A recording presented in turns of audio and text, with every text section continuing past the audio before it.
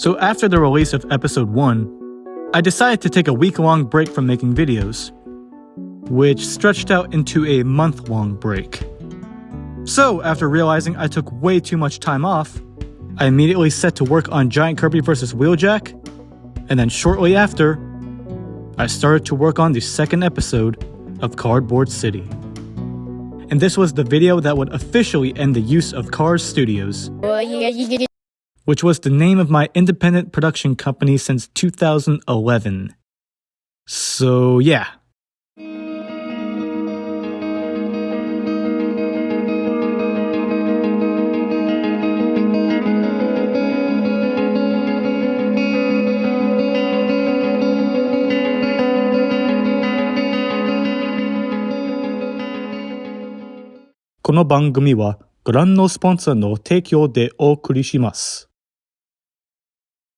The big things we wanted to do with episode 2 was pick up where episode 1 left off, introduce myself and Steve, and of course, get Harley Quinn onto the show.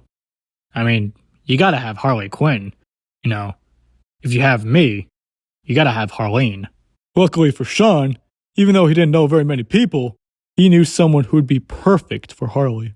Kat and I knew each other since freshman year of high school, but we didn't really become friends until sophomore year, and then during junior year, we became really close friends. We kind of bonded over the fact that we had both seen Suicide Squad during the same summer, summer 2016, and from that alone, that's how I discovered she had a really good Harley Quinn impression. So whenever my dad asked me if Harley Quinn was going to appear in the next episode, I knew immediately I have to ask her if she wants to be a part of the series.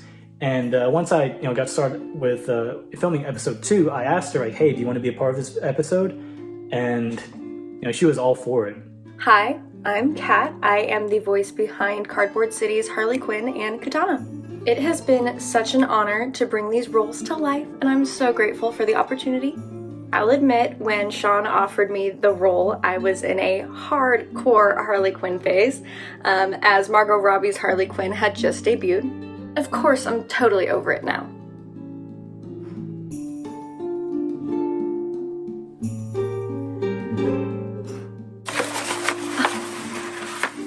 And there's plenty more where that came from. Wow, big fan. But who could blame her? Through this project, I got to live a dream of mine and even explore the capabilities of my own voice through Katana's role. Coming up with their unique sound was tough at first. I wanted to do them justice, and I had a lot of source material for Harley Quinn's voice, of course, but not as much for Katana. I'd only seen her in Suicide Squad, and she spoke maybe a couple lines. But I am proud of the foil that exists between the two voices, one of them being sometimes high-pitched and pretty emotional, the other being monotone, borderline apathetic. I loved when they would speak one after the other just to really show it off. Don't get me wrong, I care, but only about justice. I love being a part of Cardboard City, and Sean always made it really easy for me. He was super patient. He knew how he wanted the scenes done, so whenever I had questions about anything, it was no problem. This is important because we had to do everything remotely. We've actually really only met up one time in person to go over scripting and recording. Can you guess which episode? So when we recorded lines for this episode, we actually did it in person, like together. Like we even wrote her lines literally on the same day, because I wasn't too sure what kind of vocabulary Harley would use, so she kind of helped me out with that. Between work and school, we really had to make things work with our schedules, and I'm super glad we did. He'd send me my lines for the episode, I'd send him back more than a couple voice memos, doing redos and stuff like that, and he would just always work his magic. Aw, aren't you two cute? Damn right we are. Kiss for the camera, do it! You need some Tic Tacs, Mr. J. Oh, shut up. Working with Kat was an absolute blast because it really reminded me of how I used to, collaborate with my brother and our friends whenever we would make home movies together, before the YouTube channel, because, now I do pretty much do everything myself, so It was really fun to be able to collaborate with someone on this project. It's been so fun watching Cardboard City go from script to screen, and it's incredible to have been a part of it in any way that I could have been. So I just wanted to say from the bottom of my heart, thank you, Sean, and thank you to the viewers. My experience working with her has been very memorable, not just for this series, but just, for my whole YouTube hobby as a whole. I would love to, work with her on more projects, Cardboard City wouldn't have been the same without Kat, because if it weren't for her, then you'd just be hearing the same voice over and over again. So the big thing I wanted to do with episode 3 was introduce Clipper, the street racing Dolphin, and funny thing is that he actually was supposed to be in Grand Theft Auto Cardboard City as a side character, and he was basically going to be the same character, as he is in the show. Also, I just wanted to do, a proper car chase, because even though I had done a lot of car action stuff before that episode, I just felt like nothing I'd really done was really that good, so I kind of wanted to do something that actually looked good, and I could look back on and think, yeah, that was pretty good. There's still obviously a lot of mistakes, but I think that was probably the first proper car chase I ever really did. And of course, I wanted to give Harley her first actual appearance instead of just a voiceover. So, for episode 4, we actually had a completely different idea for it, but due to certain circumstances, we had to change it. The original idea was going to be about me, the Joker, and Clipper trying to get to what we believed to be a secret car in a garage, but in front of the garage were a couple of Bear Gang members. So we tried to come up with a plan to get around them. The problem was that we didn't really have a secret car to use, and Ghost Rider and Rocket had joined the cast, so instead of holding off on it, Sean decided to scrap it and do something different. Episode 4 was interesting because obviously we introduced Rocket and Ghost Rider, but also because we basically went from Fast and Furious to Point Break. The main event was already based on the house raid from Point Break, so, that episode marked a very important turning point in the series because originally Sean wanted Cardboard City to be more carefree and fun rather than plot-driven, but he really liked the whole thing with the Bear Gang, and he wanted to keep pursuing that. So, that decision alone is what I think played a big factor in what would happen to the series years later. And that decision also led to the complete abandonment of the video game references. I don't recall ever having any more after that one. I asked for a motorcycle, I got RC. How's that for being casted before the first bad decision? Did you like episode 4? Yeah, I think it's an enjoyable episode. Not just because I'm in it. I'm not much of a fan of episode 5, though. Episode 5 was admittedly rushed, and I think it's pretty obvious because of how, you can clearly tell it was put together in such a short amount of time. The story behind it is that at that time, me and my sister were kind of collecting Tsum Tsums together, and she really wanted some of her characters to be on the show. So I was a bit unsure about the idea. I was like, okay, I'll try to think of something, and then just randomly thought, hey, let's do a parody of The Outsiders with Spider-Man and have Doctor Strange in it. Let's do that. I was like, Sean, we've already introduced a bunch of characters in the first few episodes alone. Do we really need more? But he did it anyway. So we didn't really talk about that one. I just wish Doctor Strange could have predicted what would happen. Well, maybe he knew. He just wanted to see it all fall apart right before Sean's eyes. So for episode 6, I really wanted to bring back Harley because we hadn't seen her since episode 3. And I also just really wanted to give a little background for the Bear Gang. This episode is full of references that I'm sure no one will catch, so I'll kind of go through them right now. So Bear World was something me, my brother, and our dad came up with a very long time ago. Ironically, with the bears that you see on the show, that was their thing. Bear World, Believe in Something, that's a parody of the Paradise Lost album, Believe in Nothing. At that time, I was really obsessing over that album because of how underrated it is, and I still stand by that. Black Panther TV show, that's just something me and my sister came up with. Street Rules, well, you already know about Street Rules. And The Adventures of the Bad Guys, that's actually something me and my brother came up with a long, long time ago. That was kind of the thing we would do whenever we would hang out to play, From episode 7 through 10, there's not much to say. It just kind of wraps up the story in the best possible way we could think of. And of course, Katana joins the cast because we wanted to have her on the show, as if we didn't already have enough characters. And that basically wraps up chapter 1. After the release of episode 10, it was clear to us that Sean was not done with the series. He could have left it there. Perfect ending. Everyone lives happily ever after. But nope. Couldn't leave well enough alone, could he now? So after episode 10, I made Clipper's little spin-off video, which obviously shows his past, how he met the Bears, how he met Deadshot, and how he ended up in Cardboard City in the first place. The original plan was that I was going to incorporate it into one of the episodes, but because of the direction I took the series in, the whole storyline with the Bear Gang, I wasn't really able to find a good spot to put it in, so I just made an entire video out of it instead. Obviously I kind of hinted at it in episode 8, when Tyrone taunts him with the whole Jasmine thing, but at that time we didn't even know who he was talking about, so now you know. An interesting thing about that video is that was the first video to use cars that were bigger than 1/18 scale. Now, when I first created the series, I had very strict guidelines. Like, the cards had to be 1/18 scale only. Like, it couldn't be anything bigger, nothing smaller, exactly 1/18 scale. And same thing for the characters. They had to be at least the size of a Tsum Tsum, but no bigger than a Mopes. But during the filming of this video, what happened was that I didn't draw a storyboard for it, which I typically don't do for any of my videos. I mean, I don't recommend it, that's just how I do things. I just don't write storyboards because they're kind of time consuming to me. So, typically I kind of write down a list of certain events that I want to happen for like a certain scene, whatever. But I kind of went into this one just kind of blindly, just kind of developed ideas as I went along.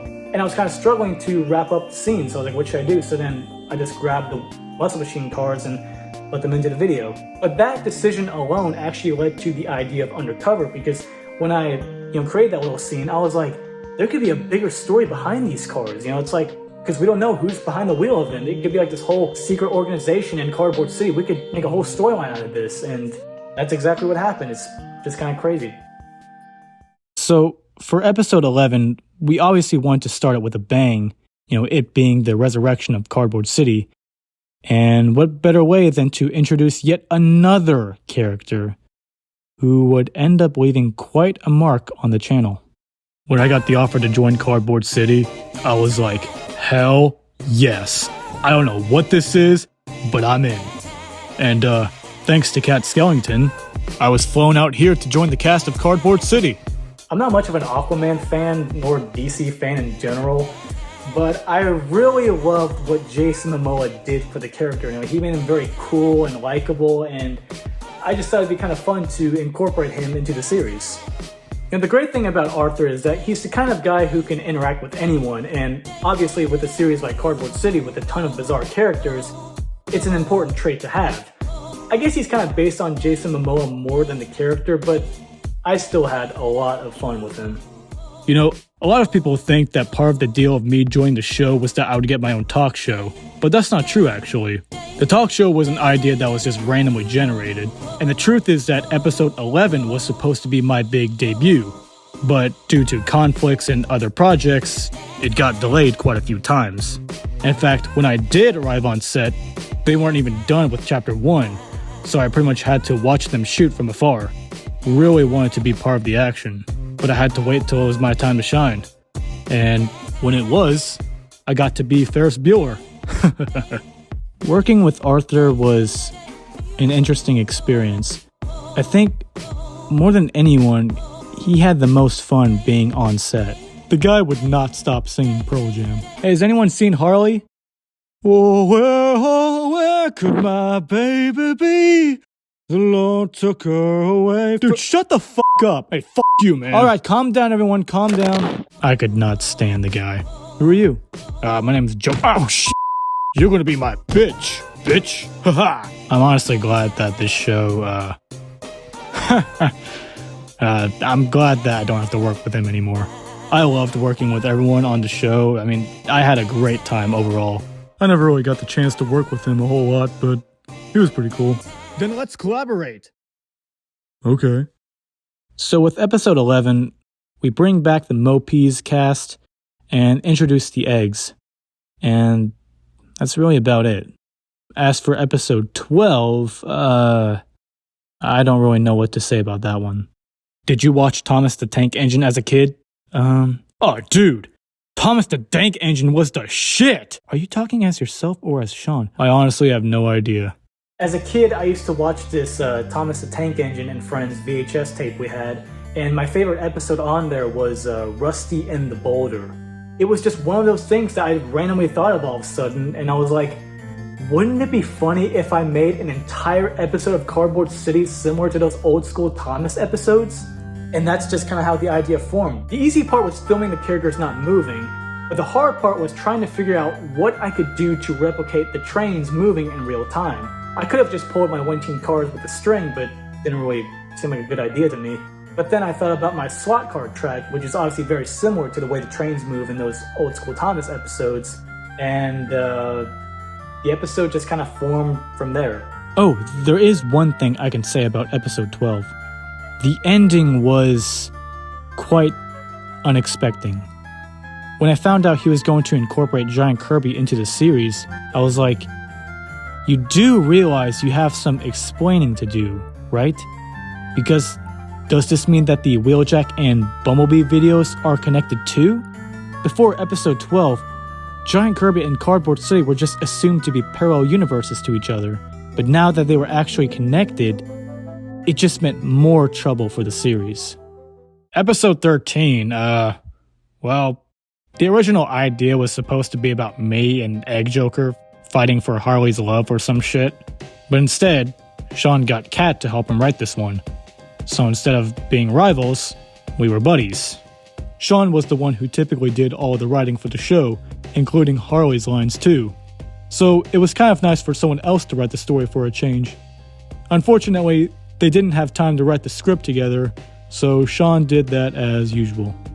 Other than the fact that it was just an episode about romance or whatever, there's not much else to say about it. What about the ending? Oh, yes. So we'll talk about the first part later on, but the god of Cardboard City was finally revealed, and he was also able to find a way to incorporate Wheeljack, so yeah. Undercover was the second Cardboard City prequel starring myself and Rocket. Bit of an odd duo, but that's just what Sean came up with. I thought the concept was pretty cool, but overall, I think the final product could have been better. The story of how episode 14 was developed is quite fascinating because it primarily revolves around a character who we didn't really know much about at the time, and to be honest, still don't know a whole lot about. So during my trip to Japan in the summer of 2019, one of my cousins wanted to go to this anime shop to get something there. And at that time, I actually had very little interest in anime, and I know it's hard to believe now, because I mean, like, you know, like, right? But, you know, we all decided to just tag along for the heck of it. But while I was there, I noticed this little My Hero Academia Mochi Mochi mascot box. And the reason it caught my eye was because I noticed they looked like Tsum Tsums. And as I was looking at the box, I noticed that one of the characters kind of looked like me, and I just thought, wouldn't it be funny if the god took this form and interacted with the citizens?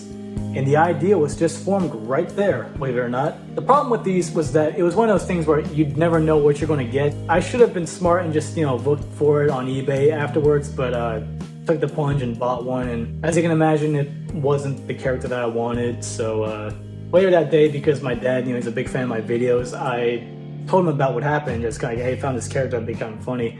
And I even shared him a link to one of the listings I found on eBay, and he was like, oh, that's pretty cool. You know, if you want one, let me know. And, well, I'm pretty sure you know what happened, so, thanks, Dad. Episode 14 wouldn't have existed without you. When I received the offer to join Cardboard City, I was extremely confused and didn't really care because I had no idea what the hell it was. I honestly don't remember how I was persuaded into it eventually, but the whole experience has been, I still don't know why I'm here. The problem with Shota is that he talks in a very monotone voice, so they literally had to coach him to sound more like Sean. We did a few screen tests to see which one sounded closest to Sean, and it was a huge pain in the ass. I am the god of Cardboard City. Again? I am the god of Cardboard City. One more time? I am the god of Cardboard City. I think we got it. Really? Wonderful. A lot of people think it was cool that I got to play such an important role, but it's really not. Because really, I'm just portraying an immature young man who has no social life nor sex life. So you tell me, is that something you'd consider to be cool? I swear I can't keep doing that voice. I'm gonna lose my mind. Hey, speak for yourself, man. Would you say that you enjoyed your time on Cardboard City overall? Next question. So besides Shota's big entrance, we connected Giant Kirby versus Aquaman and Bumblebee to the story, and teased again at something that had to be incorporated due to the connection to Giant Kirby. I think episode 15 was pretty cool. I just wish it was a little bit longer, because it explored sort of the weirder side of Cardboard City. After I introduced Aquaman in the series, I really wanted to have an episode where he discovered some of the more mysterious aspects of the city, and I really don't know why. I guess it's because he was kind of the new kid on the block, so I thought it'd be kind of fun to have an episode where he just discovers all these weird things in the city. And also, I just wanted an excuse to use the title Something Real, which I got from the Paradise Lost album.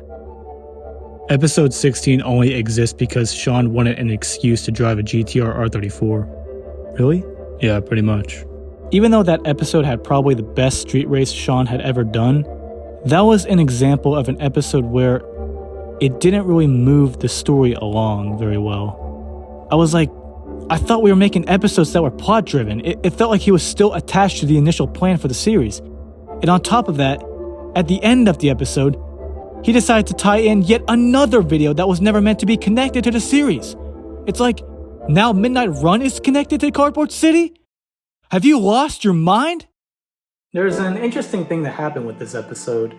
So, as some of you might recall, there's a scene where Clipper is showing Shota this little drag race, which is between a GTR R34 and I believe it was a Corvette. The GTR R34 belongs to a very kind drag racer by the name of Marudun.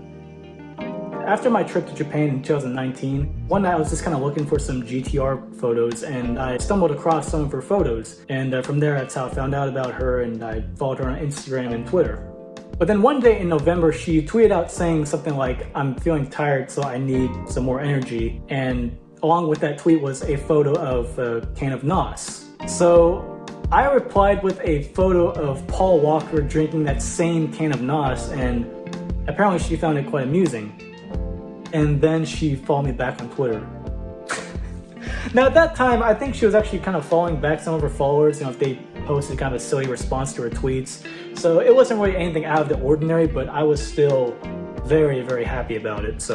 But then as I was making this episode, I thought, wouldn't it be funny if I actually included one of her races in this video? Because it has a GTR R34 in it, so why not, right?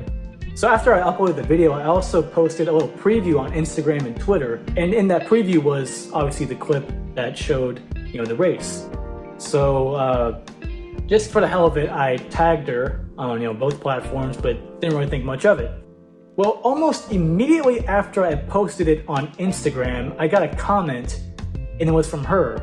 It said thanks in English along with the emoji with heart eyes. I was like, oh wow, that was fast. I didn't think she'd actually see it, but okay, whatever. But then later on that night, I discovered that she had also retweeted it on Twitter with a message saying this person made a cute little video or something like that.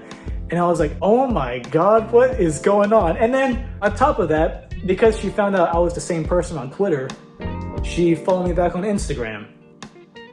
So it was a pretty awesome night. For episode 17, we wanted to give Katana some more screen time, and, we figured she would be the best person to help me with my situation. Katana was a pleasure to work with. A bit intimidating, but overall, she was pretty sweet. So after teasing it in multiple episodes, in episode 17, you finally get to meet the Cards, who come from the very first videos ever uploaded to the channel. Now, the story they tell in Cardboard City is actually very much inspired by my real life. When I made those 2 music videos, my plan was to make more of those and upload them to YouTube and hopefully make a living off of it. Obviously, there's no way I could have been able to make a living off of those, because of copyright music, and I'm sure there wouldn't have been much interest in them anyway. In the episode, they say while working on their 3rd music video, that's when I shut down the whole operation. And that's exactly what happened. I just kind of lost interest and just shut down the whole thing, you know? I didn't even get very far in filming.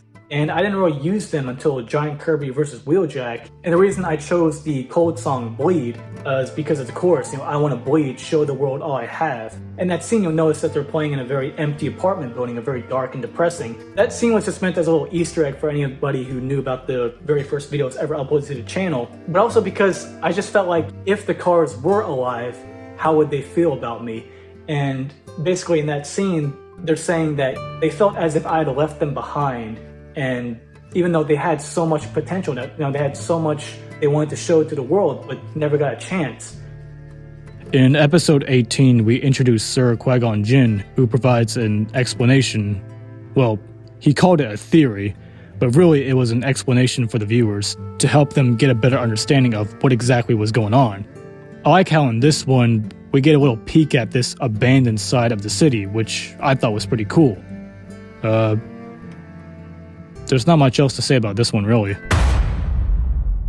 Ever since episode 13, me, Deadshot, and Harley hadn't really made any appearances besides cameos here and there. So for episode 19, Sean wanted to bring us back by doing a good old-fashioned heist. Yeah. I literally told him, I was like, Sean, you are terrible at balancing how much screen time each character gets. There were just too many characters at this point. Overall, I thought it was a good episode. A bit short, but good. I've got one question about that episode. What the hell happened to the Drivetown cars? We never see them again! Mirror Madness, episode 20. Can we just skip this one? Do you not like it? No, I do, but it really doesn't move the story along at all. I like that episode a lot. But did you know the original idea was completely different? Is that so? Yeah. The original idea was going to be about the four of us hanging out with RC. Really? We were going to call it How to Train Your Motorcycle. I mean, why do you think we made the motorcycle review video? That was meant as a little tease as to what was to come. Why'd it get scrapped? She couldn't really stand on her own. I see. Allies was the third and final installment in the Cardboard City prequel series, and it's by far my least favorite one because it's just, I don't know, it really disappointing. When I first came up with the idea, I thought it was awesome. I was really excited for it. I was like, man, this is gonna be amazing. I can't wait to do this. Even writing the script, I was like, this is so good. I can't wait to film this. But then while I was filming it, I was like, gee, this is very dialogue driven. There's not much action to it. And then once I put it together, I was like, yeah, this is pretty boring. 25 minutes of just really bad dialogue, pretty much. And I think that's the biggest problem with the prequels. You know, they're very dialogue driven, and they're just kind of boring, you know, not really entertaining to watch. So it's like the Star Wars prequels. You're just better off not watching them. Every sitcom has that one episode where they play clips from the previous episodes. They call them clip shows. Super lazy. I don't like them. Sean decided he wanted to do a parody of this concept by showcasing flashbacks. But of course, the joke was that all the flashbacks were never before seen clips from the series. The main purpose was to simply tie some loose ends. Deadshot Go wasn't supposed to be connected to the series, but Sean kind of had a plan for it later on, and I guess he needed some sort of explanation for the TVs in the rooms. Episode 22 was the first episode since episode 12 that was very different from your traditional episode, except this time, it was necessary. I admit the concept was kind of cool, but the writing was just awful. But I mean, that was kind of expected. I was really looking forward to see where this character would go because of how tragic his backstory was, you know? Episode 23 is, it's alright, I guess. Not much to say about this one, other than a lot of stuff went down and things were only going to get worse. Episode 24 was the last official episode to be released, and I thought it was good. You know, it gives a more in-depth look at the other side of Cardboard City, and it stars myself and Rocket again. Maybe not a duo anyone wanted to see again, but I still had fun with him. Left on quite a cliffhanger though. Axel survives, and I get kidnapped by Jiro. I'm still pretty pissed about that. Final episode ends with me getting kidnapped. Shortly after the release of episode 24, Sean went straight to work on filming episode 25, but then not too long after, he put filming on hold. And we had only filmed a very small portion of it. Sean told us that he was feeling depressed and didn't want to force himself to film the rest of it, so we figured that filming would resume within a few weeks. But we didn't continue until July, and though we had wrapped up filming and the video was about 80% done, a few months later, the files were deleted by Sean himself. ありがとう。